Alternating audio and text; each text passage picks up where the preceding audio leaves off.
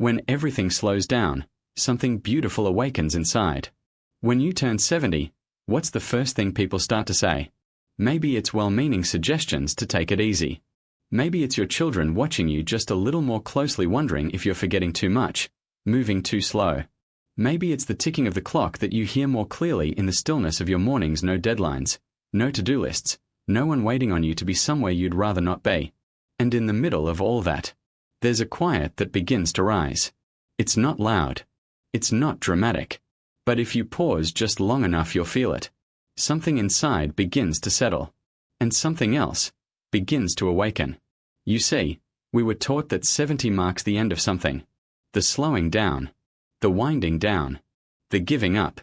But no one ever told us that 70 can be the very beginning of something beautiful. Something you've been moving toward your entire life without even knowing it. The truth is, we live in a world that worships youth.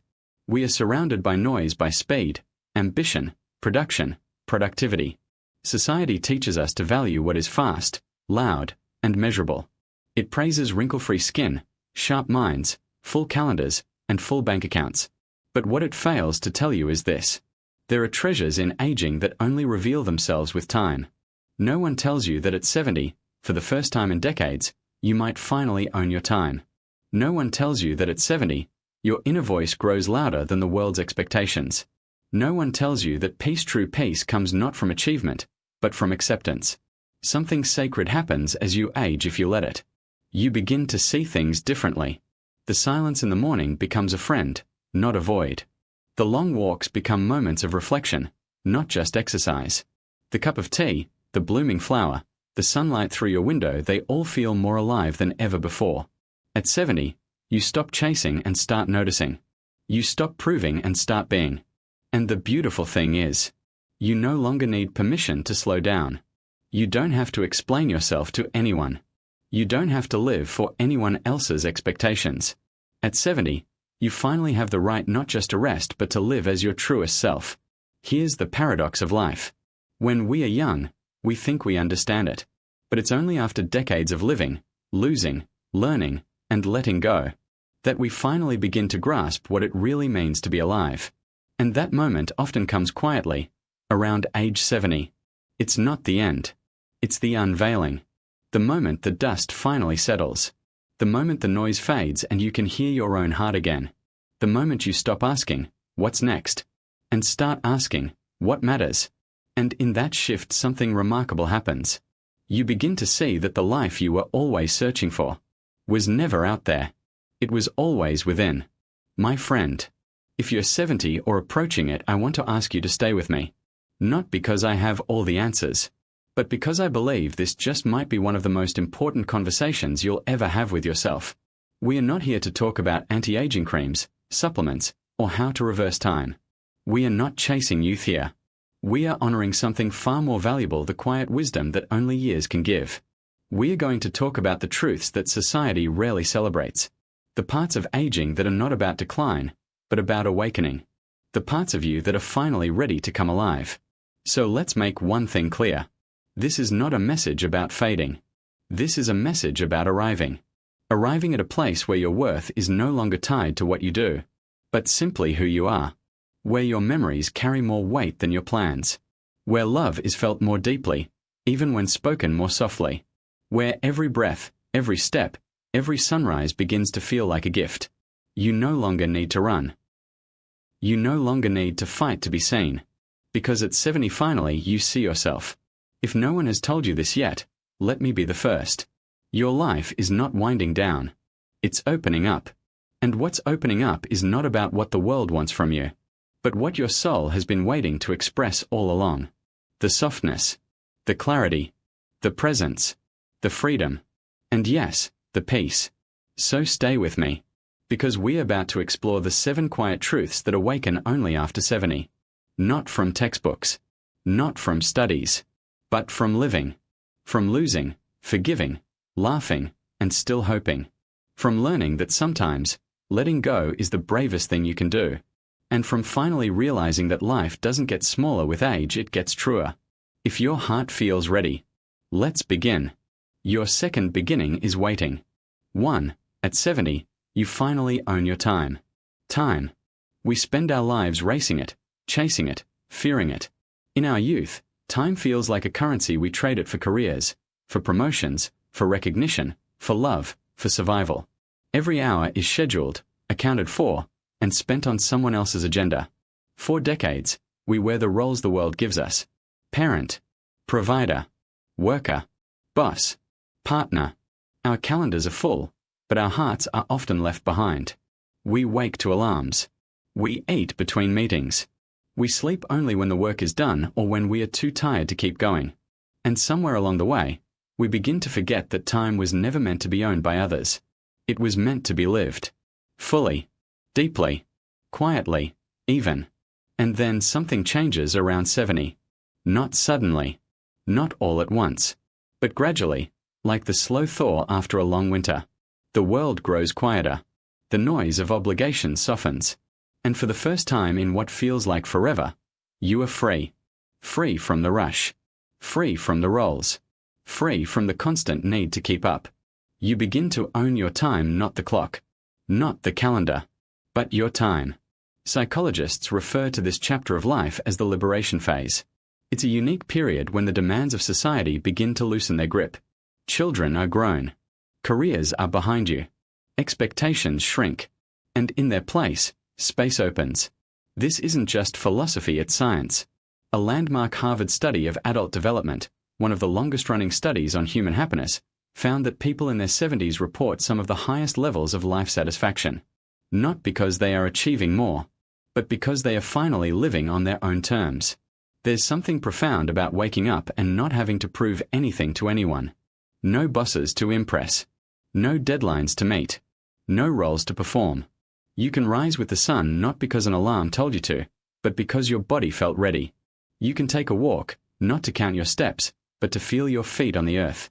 You can sit in silence and not call it laziness but presence. And it's not just Harvard. Studies from Stanford, Yale, and the University of California have echoed the same finding. After age 70, emotional well-being tends to rise. Stress declines. Anxiety diminishes.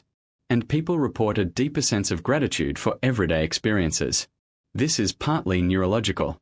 Our brains, as we age, become less reactive to negative stimuli. We don't sweat the small stuff as much. We become more emotionally regulated. We feel more at peace with who we are and less worried about who we should be. But more importantly, it's spiritual. Time no longer feels like a taskmaster. It becomes a companion. And with that shift, something beautiful begins to emerge. You begin to create a life that honors your soul, not your schedule. Let me tell you a story. A woman named Margaret lives in a quiet suburb of Minnesota. She's 73 years old.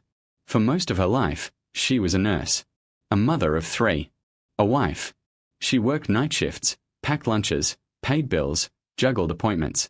Like so many, she lived in service to others. And she did it with grace.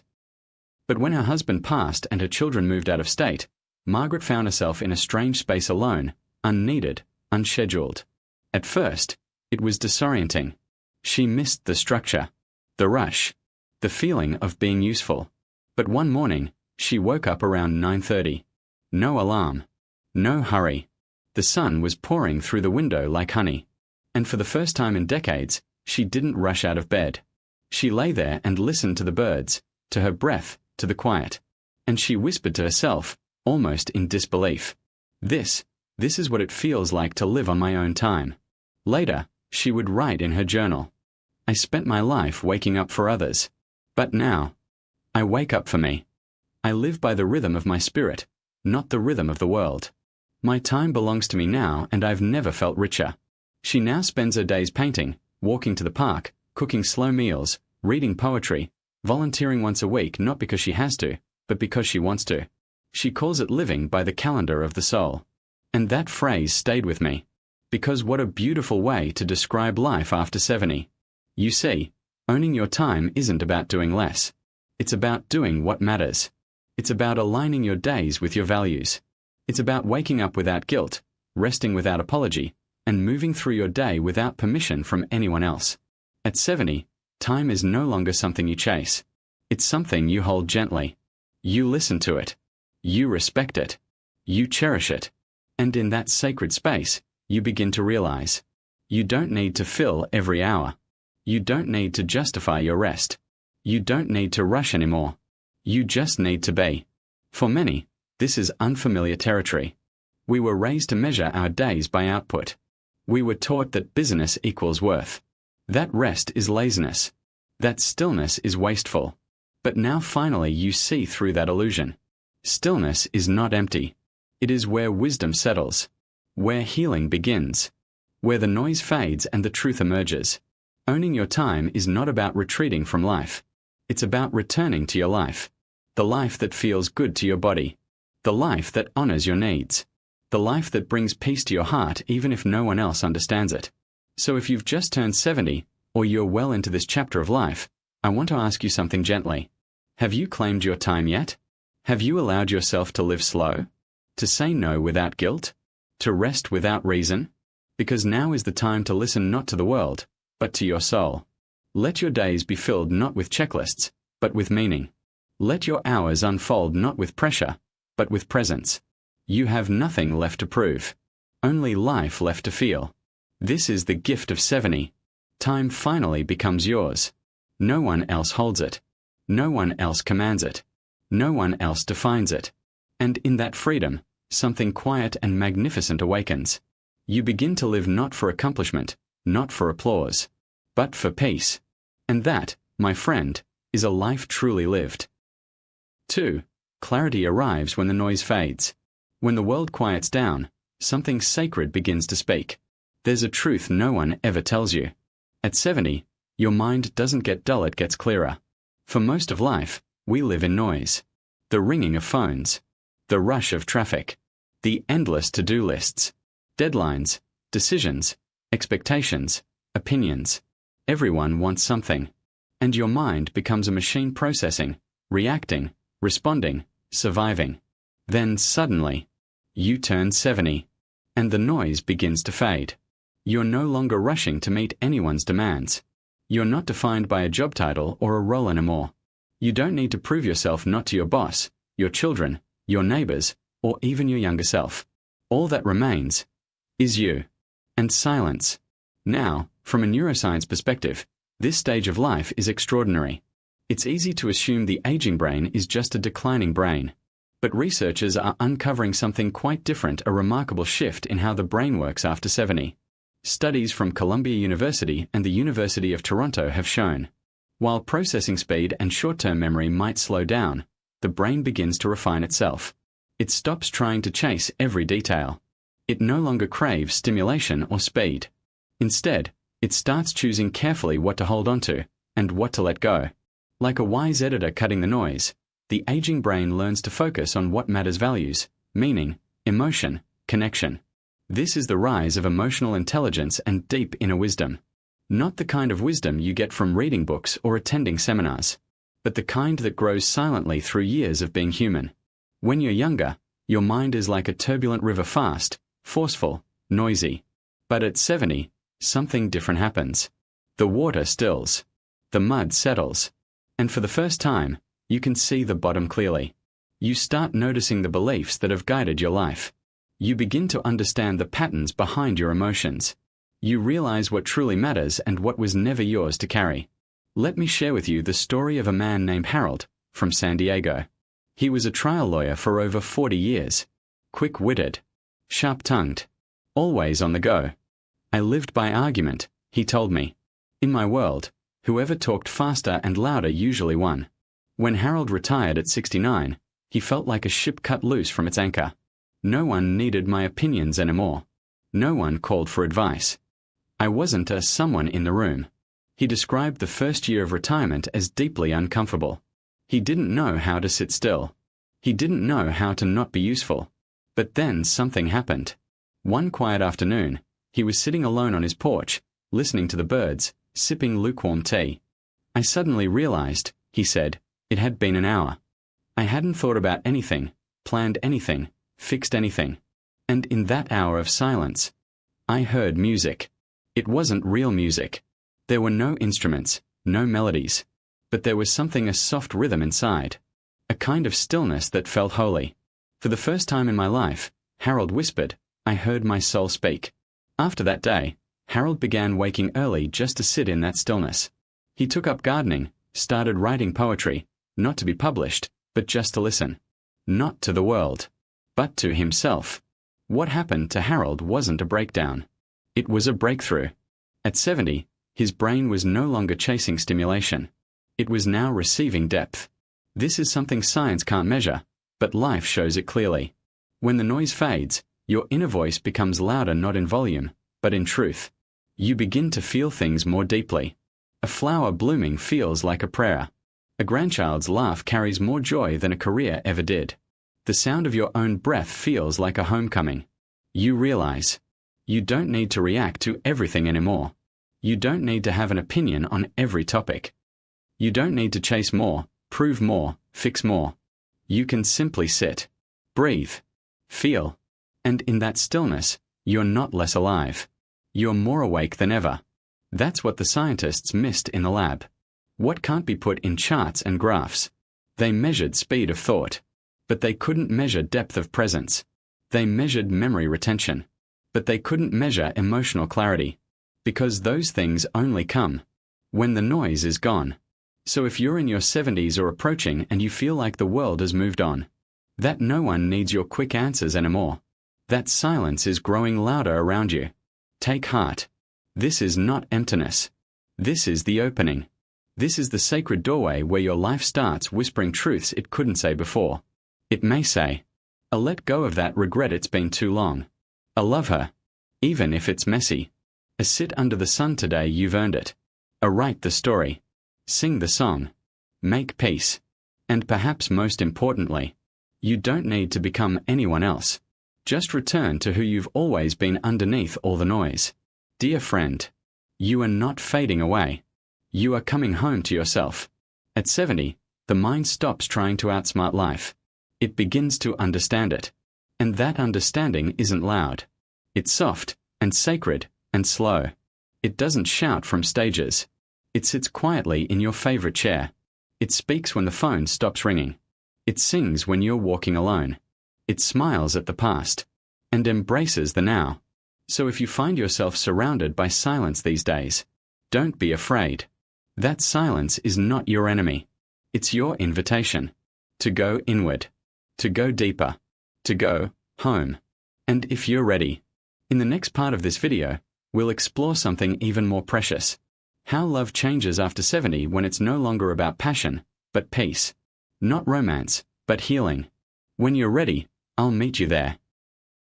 3. Subheading: Your true self comes home. At 70, you are no longer who the world told you to be. You are finally just you. There is a moment in life quiet, subtle, often overlooked when the masks begin to fall. The roles we've worn for decades, the personas we carefully constructed, the expectations we chased, all begin to feel unnecessary. It doesn't happen overnight. But slowly, like autumn leaves loosening from branches, they let go. And what's left isn't emptiness, it's essence. This is what psychologist Erik Erikson called the final stage of psychosocial development: ego integrity. It usually emerges around age 70 and beyond, and it is the crowning achievement of a fully lived life. What is it? It's the moment you no longer feel the need to play a part. You are not chasing perfection, applause, or permission. You are not living as a role mother, father, boss, achiever. You are living as a soul. In earlier life, identity often feels like performance. We try to become what others admire. We wear the right clothes, say the right things. We smile when we are hurting. We compete when we are tired. We give endlessly, hoping to be enough. But as the years pass, something sacred happens. We begin to shed those layers. And underneath all that performance, we find ourselves. Modern psychology backs this up. Numerous studies, including research from Stanford and Yale, show that people over 70 have greater self-acceptance, are less concerned with external judgment, and show increased capacity for forgiveness and compassion, especially toward themselves. One Harvard study followed adults over decades and found that life satisfaction doesn't peak in youth. It actually increases well into the 70s and even 80s. Why? Because as external ambitions fade, internal peace grows. As we stop striving to be more, we start to enjoy who we already are. Let me tell you a simple, powerful story. There's a woman named Marla who lives in a small coastal town in California. She spent most of her life working in real estate, always polished, always presentable. For over 40 years, Marla never left the house without full makeup, flawless foundation, lipstick, mascara. It wasn't vanity, it was armor. She said, "Looking good was how I controlled the room. It was how I felt safe." Then, at 72, something shifted. One morning, Marla stood in front of the mirror, holding her usual makeup brush, and she just stopped. She looked at her face. The lines, the soft skin, the silver hair. And for the first time, she said, "I didn't want to cover any of it." That day, she walked out without a single cosmetic. She wore her favorite old sweater, her hair unstyled, her face bare. And instead of feeling invisible, she felt free. "I don't need to perform anymore," she told me. "Now I get to just be. And I think I'm finally beautiful in my own way." She still wears lipstick sometimes, but not for approval, just for joy. She calls it her cherry-on-top lipstick. Marla's story might seem small, but in reality, it reflects one of the great spiritual shifts of later life. Freedom from false identity. In our youth, we are often trapped in shoulds. I should be successful. Or I should be thin. Or I should be strong. Or I should be liked. Or I should be useful. But after 70, many people begin to release these silent chains. They realize, you don't need to be anyone else's version of enough. You are already whole. This journey inward is also one of gentle self-forgiveness. You start looking back, not with shame, but with softness. You understand that your mistakes didn't define you. They taught you. You forgive people you once couldn't. And more importantly, you forgive yourself. You might find yourself doing things younger you never dared. A saying no without apology. A laughing too loudly. A wearing purple with orange because it makes you happy. A taking naps in the middle of the day. A reconnecting with old dreams, painting, singing, gardening, learning French. A choosing peace over pride. Not because you're careless, but because you're finally clear on what matters. You begin to notice beauty everywhere and especially in yourself. Not the beauty that's photoshopped or praised in magazines, but the beauty of being real, of being alive, of being enough with all your wrinkles, stories, scars, and wisdom. Your hands may shake, your steps may slow, but your soul is more radiant than ever. Because now, you're not trying to be someone. You're just being you. And that is more than enough. And perhaps most stunning of all, you begin to live by inner truth, not outer noise. You don't say yes just to be liked. You don't chase approval. You don't carry guilt that doesn't belong to you. Instead, you ask, what do I really want today? What would bring peace to my heart? How do I want to live the rest of this one, wild, precious life? And then, you follow it. Gently, boldly, truly. Dear friend, if you are in your 70s or moving toward them, and you feel the world doesn't quite see you anymore, know this. You are not fading. You are arriving. You are not less of yourself. You are more yourself than you've ever been. This is the homecoming. Not to a place, but to your own soul. So let go of the roles. Let go of the masks. Let go of the shoulds. Come home to who you really are. Because the world doesn't need a perfect version of you. It needs a present, real, and loving you. And you deserve that too. In the next part of our journey, we'll explore something many people fear, but few understand. How aging isn't about loss, but legacy. How after 70, you no longer chase the world. You become its quiet teacher. I'll see you there. 4. Love becomes simpler and deeper. After 70, love is no longer a pursuit. It becomes presence. There's a moment, somewhere in the quiet stretch of later life, when love begins to change. It softens. It deepens. It loses its hunger and gains its heart. When we are young, love is fire. Fast. Loud. Demanding. It seeks attention. It asks for more. It lives in butterflies and sleepless nights and aching hopes. But by the time we reach our 70s, Love undergoes a quiet, extraordinary transformation. It no longer asks, "Do you excite me?" It begins to ask, "Can you sit with me, in silence, and still feel seen?" This is the gift of aging. Not the end of love, but the beginning of a kind of love we never knew how to recognize before. The chemistry of calm attachment. Science, too, tells us something surprising. Our ability to love doesn't fade with age, it evolves. Around age 70, the hormone oxytocin, often called the bonding chemical, stabilizes. Unlike the spikes and crashes of younger years, this gentle plateau allows for steady, warm emotional connection. You no longer crave drama. You begin to crave depth. Not intensity, but intimacy. The kind that comes from sharing morning coffee in silence. From watching birds in the backyard together. From holding a hand not because it's new, but because it's familiar.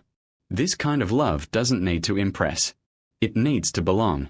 In our 70s, we also become better at emotional regulation, according to neuroscience research from Stanford University.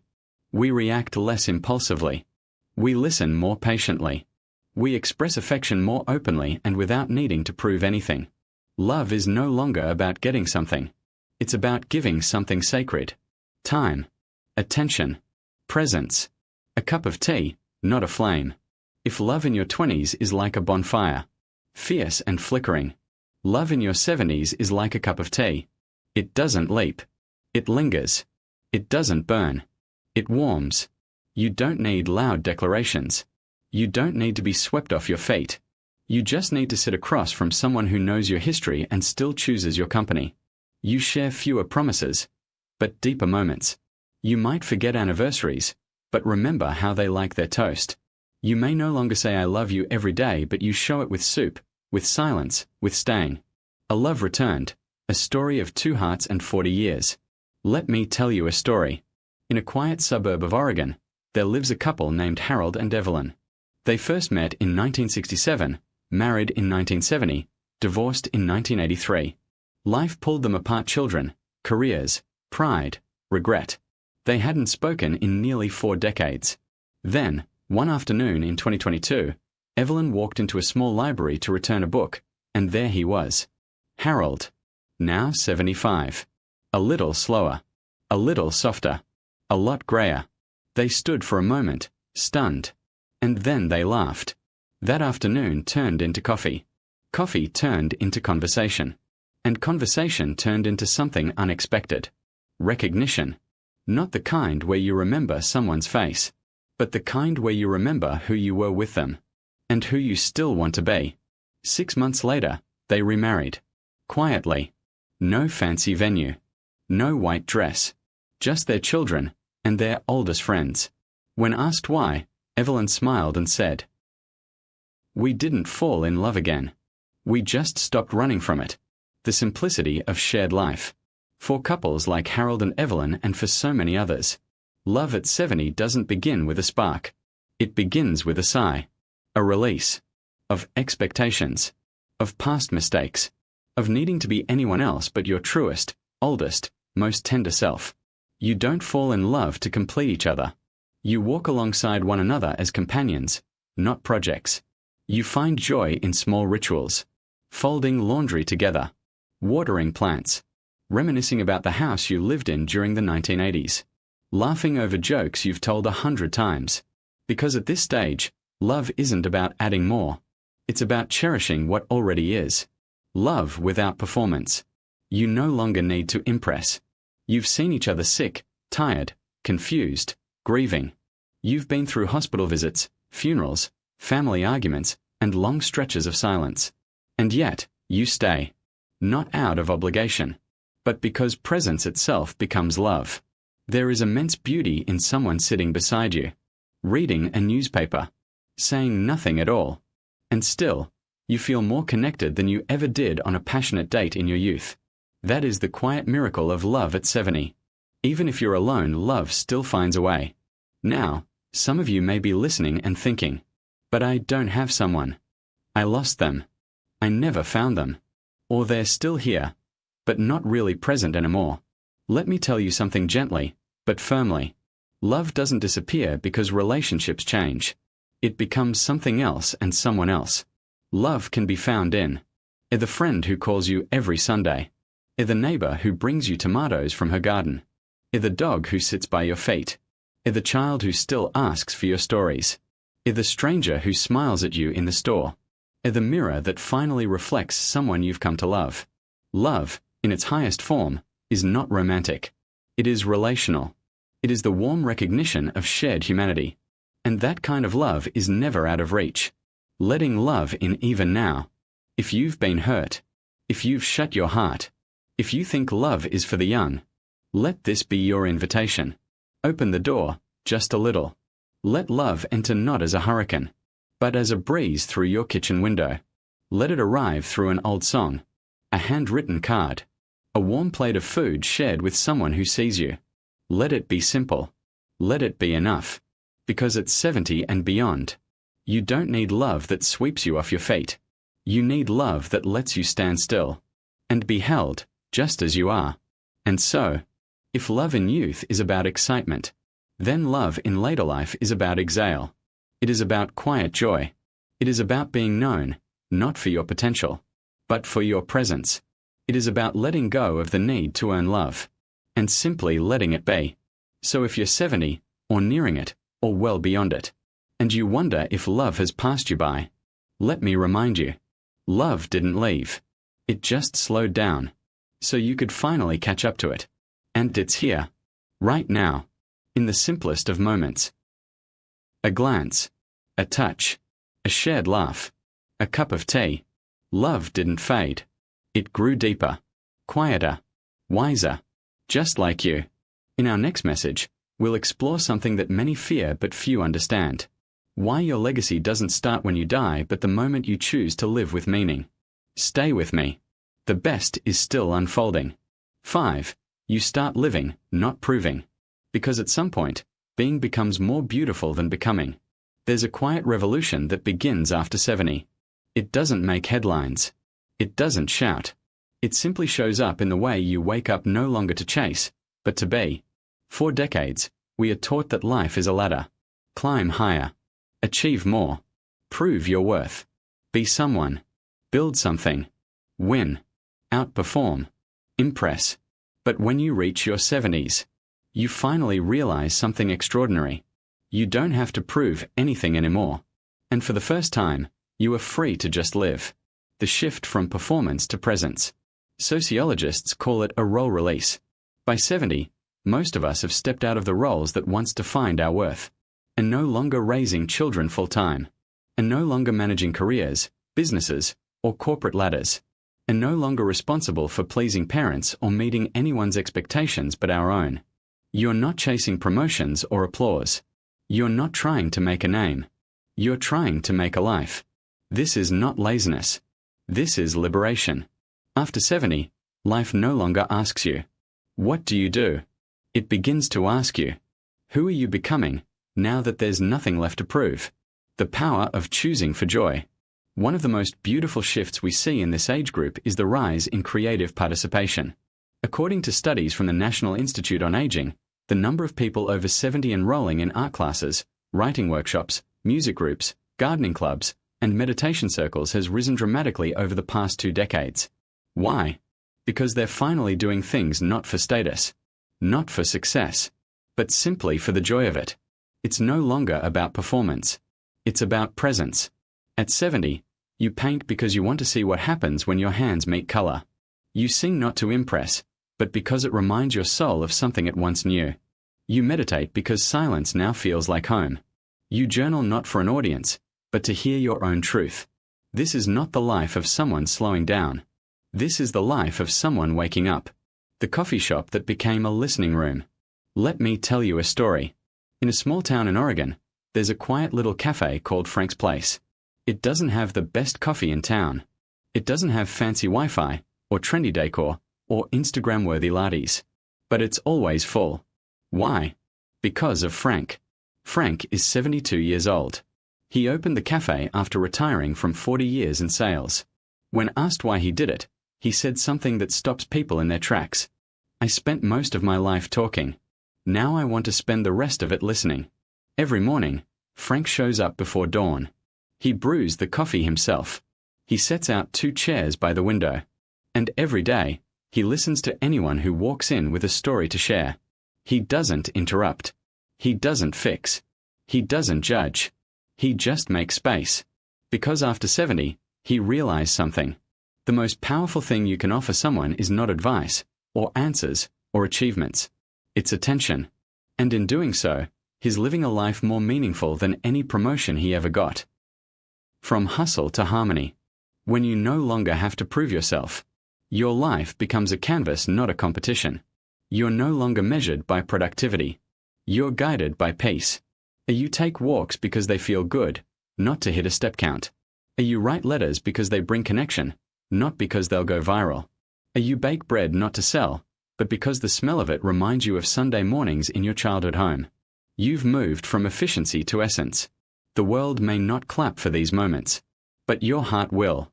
Because for once, you are not rushing toward a destination. You are resting inside your life, aging without apology. This stage of life gives you the rare permission to drop the performance. 2. Wear what feels comfortable, not what's trendy. Speak slowly, not because you're fading but because your words now carry weight. Say no without guilt. Say yes to what once felt indulgent, like naps, daydreaming, slow afternoons. You begin to see that the people who matter don't care about your resume. They care about your presence. And so, you stop posturing. You start being. You laugh louder. You cry more freely. You dance without needing to look cool. You sit longer at dinner because the conversation is good, not because there's somewhere else to be. This is not the twilight. This is the arrival. The myth of too late. If you're 70 and wondering if you missed your chance, let me say this clearly. It is never too late to live a life that feels like yours. You do not need to start a company, win awards, or write a book to be worthy. You just need to wake up, stretch, and say, "Today, I choose joy over proving." You just need to look at your life and ask, what do I want to feel more of? What have I always been curious about? What did I never give myself permission to try? Because now, finally, you have that permission. No one is grading you anymore. No one is measuring you. Except the part of you that simply wants to feel alive. What if you're still carrying old pressure? Some of us have spent so many years proving ourselves. We don't know how to stop. We still carry guilt for resting. We still hear voices from the past telling us to be more, do more, try harder. If that's you, be gentle. You don't have to change everything at once. Start small. Take 1 hour a week to do something that makes no sense, but makes you smile. Say, "I don't want to" once, and let that be enough. Spend a day with no to-do list. Let your soul decide what's next. With each small act of choosing joy, you retrain your nervous system. You teach yourself, I don't have to earn life. I get to enjoy it. So, what if today was the day you stopped proving? Imagine waking up tomorrow and saying, I am no longer a project. I am a person. Imagine living not to get somewhere, but to be here. Imagine trading ambition for alignment, and approval for peace. That doesn't mean you stop growing. It means you grow in a new direction. Not up, but inward. And if you ever doubt the worth of this slower, simpler, truer life, just remember Frank, sitting at his cafe window, listening, loving, living, without needing to be anything other than exactly who he is. That is not retirement. That is real life, finally lived. In our next message, we'll talk about one of the greatest surprises of aging. How your deepest legacy may not be what you leave behind, but how you choose to be fully alive, right now. Stay with me. Something beautiful is still unfolding. 6. You become a keeper of wisdom. Because the greatest legacy is not what you build but what you pass on. There comes a moment in life when the pace slows, the spotlight dims, and the world stops asking for your output. At that moment, something sacred begins. You stop being the one who does, and you become the one who knows. You become the one who holds not just memories but meaning. You become the keeper of wisdom. More than information, it's insight. Modern life prizes knowledge. Facts. Data. Degrees. Credentials. But once you reach your 70s, you begin to realize something. Knowledge fills the mind. Wisdom fills the soul. At this stage, What you carry isn't just experience, it's perspective. You've seen love begin and end. You've known the pain of loss and the beauty of second chances. You've learned that not everything needs fixing, and not every silence needs filling. You've made peace with your limits, and learned to treasure what lasts. In other words, you now understand things that can't be Googled. And that kind of knowing is rare. The science of passing it on. Research from Stanford University's Center on Longevity confirms this deep shift. As people age, their focus naturally moves away from personal ambition and productivity, and toward what psychologists call generativity, the desire to leave behind something meaningful. This doesn't mean building empires. It means sharing values, memories, and emotional truths.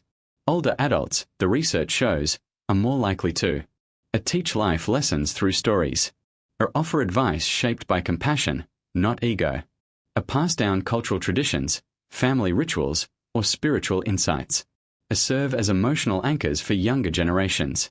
In fact, Dr. Laura Carstensen, director of Stanford's Longevity Center, said it best. Older people are uniquely skilled at using emotional knowledge to navigate complex social situations. They become keepers of the emotional culture of families, of communities. So while society may stop measuring your productivity, your worth becomes deeper than ever. You are no longer just a participant in life. You become a witness, a guide, a keeper. The Friday Story Circle. Let me tell you about Mrs. Eloise, a 78-year-old grandmother from Texas. Every Friday evening, her living room becomes a sacred space. There's no television, no distractions, just a circle of pillows on a carpet, and the scent of homemade cookies.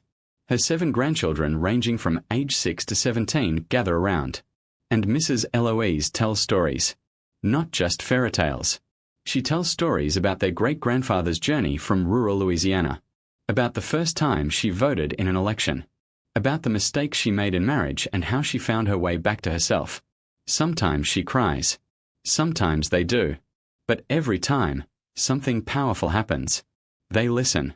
They learn. They remember.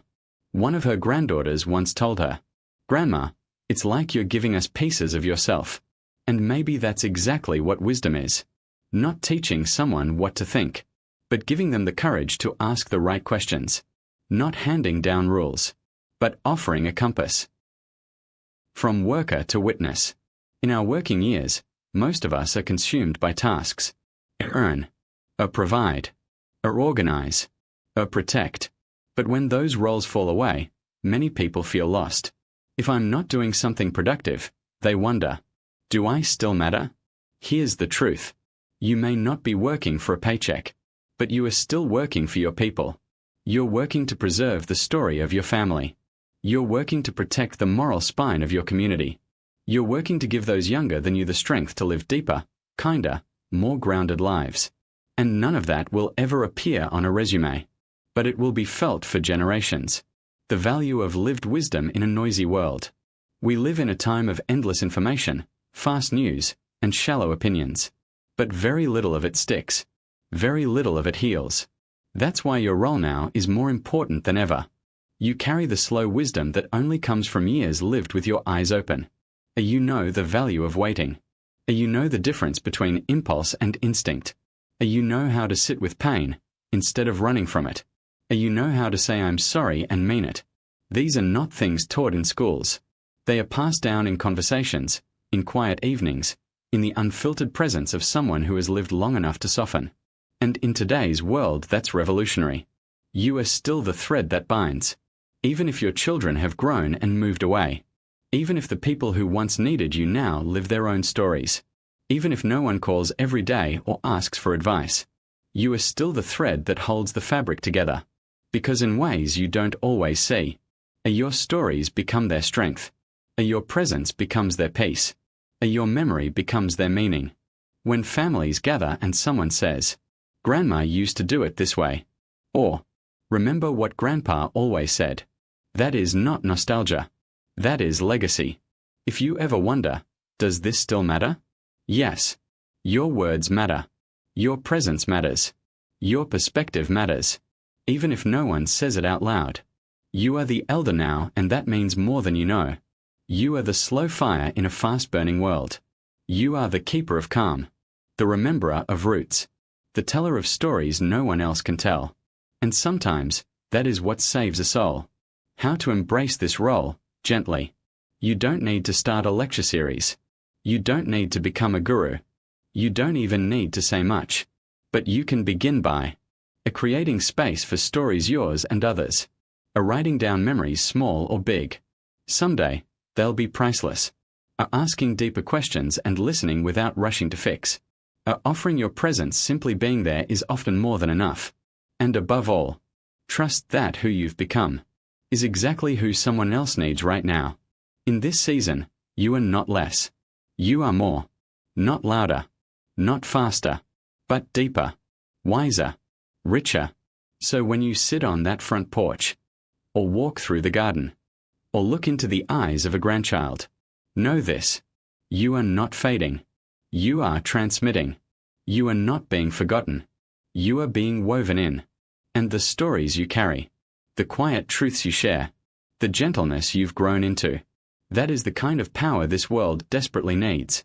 So please, keep sharing, keep remembering, keep being the keeper, because somewhere out there, someone younger is listening, and learning, and becoming, because of you.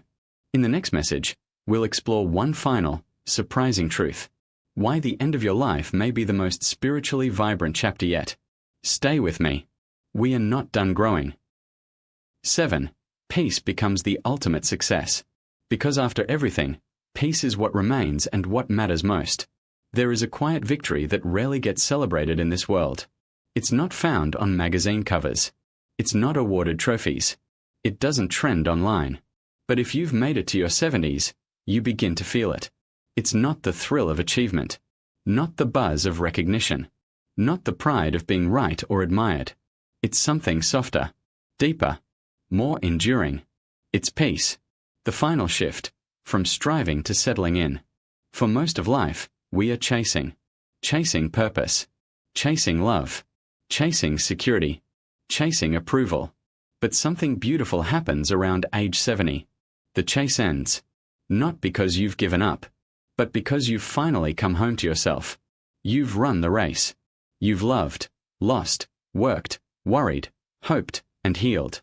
And now, instead of asking what's next, you begin to ask, what truly matters now? And the answer often whispers, peace. What aging teaches us about peace? Psychologists who study aging, including those in the field of gerotranscendence, have discovered something striking. The people who report the highest levels of contentment in old age are not the ones with the most success, the most money, or the biggest families. They are the ones who have learned to let go of what cannot be changed. They've stopped fighting the past. They've made peace with their imperfections. They no longer fear missing out because they know they already hold enough. This ability to accept life as it is, rather than how it should have been, is perhaps the final and greatest form of wisdom. The paradox of peace. What's fascinating is that peace often looks like nothing. It's not exciting. It doesn't sparkle. It won't get applause. But inside, it feels like this: a quiet heart when others panic, a soft smile when memories return, a deep breath when plans change, a gentle presence that calms the room. And here's the truth: peace is not the absence of pain. It is the presence of acceptance. The man who smiled at memory. Let me tell you a story. There's a man named Thomas, now 81, living in Vermont. He was married for over 50 years to his beloved wife, Grace. They raised 2 children. They built a life filled with music, camping trips, Sunday dinners, and handwritten notes tucked into lunchboxes. When Grace passed away, Thomas was 76. For the first year, the grief was raw. He says it felt like the world had lost its color. But over time, something shifted. He didn't try to move on. He didn't pretend nothing changed. Instead, he began to make peace not with her death, but with her memory. He tells me this: every morning, I make 1 cup of tea, but I still set her mug beside mine. Not because I think she's coming back, but because in some way, she never left. And that thought makes me smile. He no longer aches for what was. He cherishes what still is. And that is peace.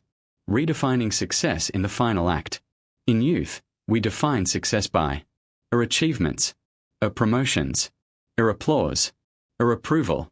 But in the later chapters of life, success takes a quieter form, or a good night's sleep, or a heart free of regret, or the ability to enjoy silence, or a memory that makes you smile, not cry. That's not giving up, it's growing deeper. As the late psychiatrist Viktor Frankl once said, when we are no longer able to change a situation, we are challenged to change ourselves. And that's what peace really is. A soul that no longer resists reality, but finds its rhythm within it. Why peace is the greatest legacy. You may not realize this, but when the younger generation sees you at peace with your past, your choices, your journey, they begin to imagine a different kind of life for themselves.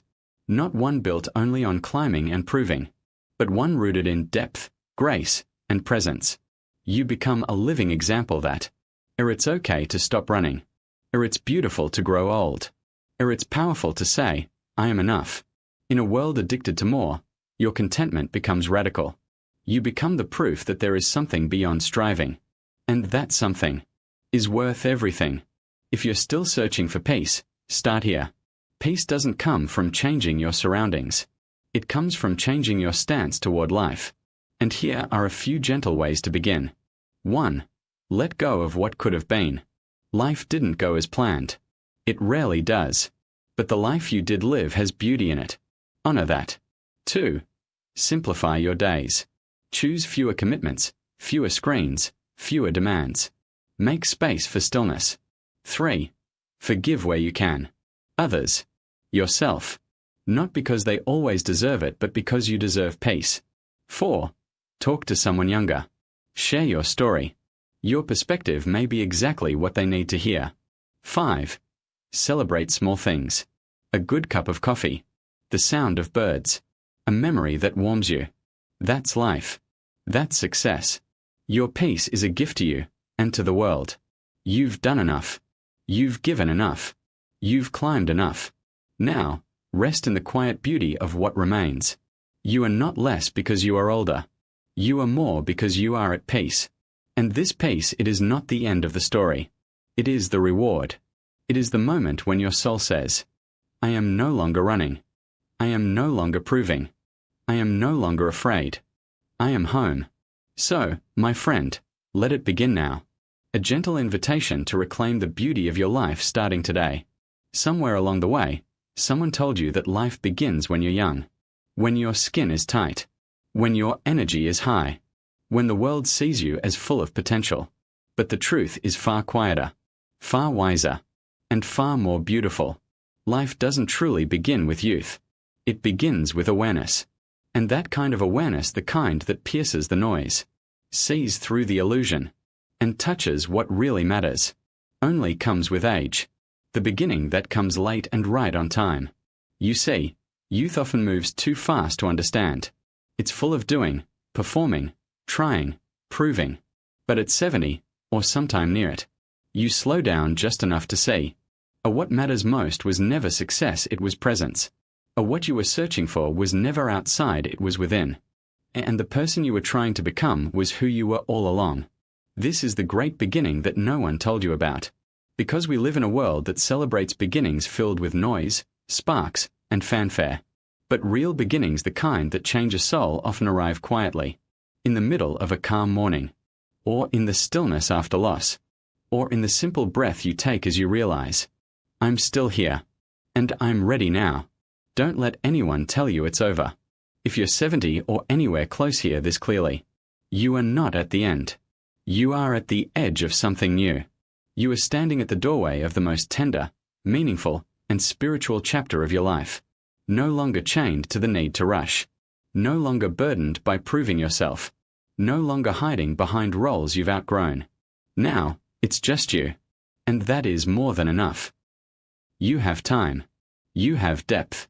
You have stories, laughter, tears, and wonder still waiting to be lived.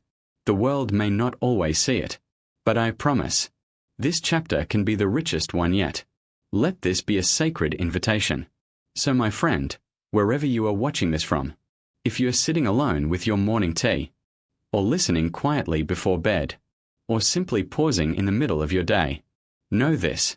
You are part of something beautiful. A generation of people rediscovering the value of being alive. Not to chase, not to impress, but simply to live. To love gently. To rest deeply. To walk slowly. To connect meaningfully.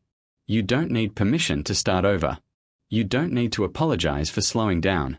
You don't need to fear what comes next. You've earned the right to live with peace, to choose what matters, and to begin again on your own terms. Let's continue the conversation. If any part of this video touched something in your heart, I'd love to hear from you. Leave a comment below. Tell me how you feel entering this stage of life. Tell me what you've learned, or what you're still searching for. You are not alone. And if you feel deep inside that your journey is far from over, that your spirit still has more to explore, more to offer, more to awaken, click subscribe, because here we will keep walking this path together, with stories, wisdom, reflection, and truth. No noise, no rush, just real conversations for real life in this beautiful season. You are right on time. So as we close this chapter of the video but not of your life, let me leave you with this thought. You are not late. You are not behind. You are exactly where you need to be for something extraordinary to begin. It doesn't matter if the world sees it. What matters is that you feel it. Because in this moment, when you stop, breathe, and open your heart, life begins again. And this time, it's not about becoming someone else. It's about finally being you. So, my friend, let it begin now.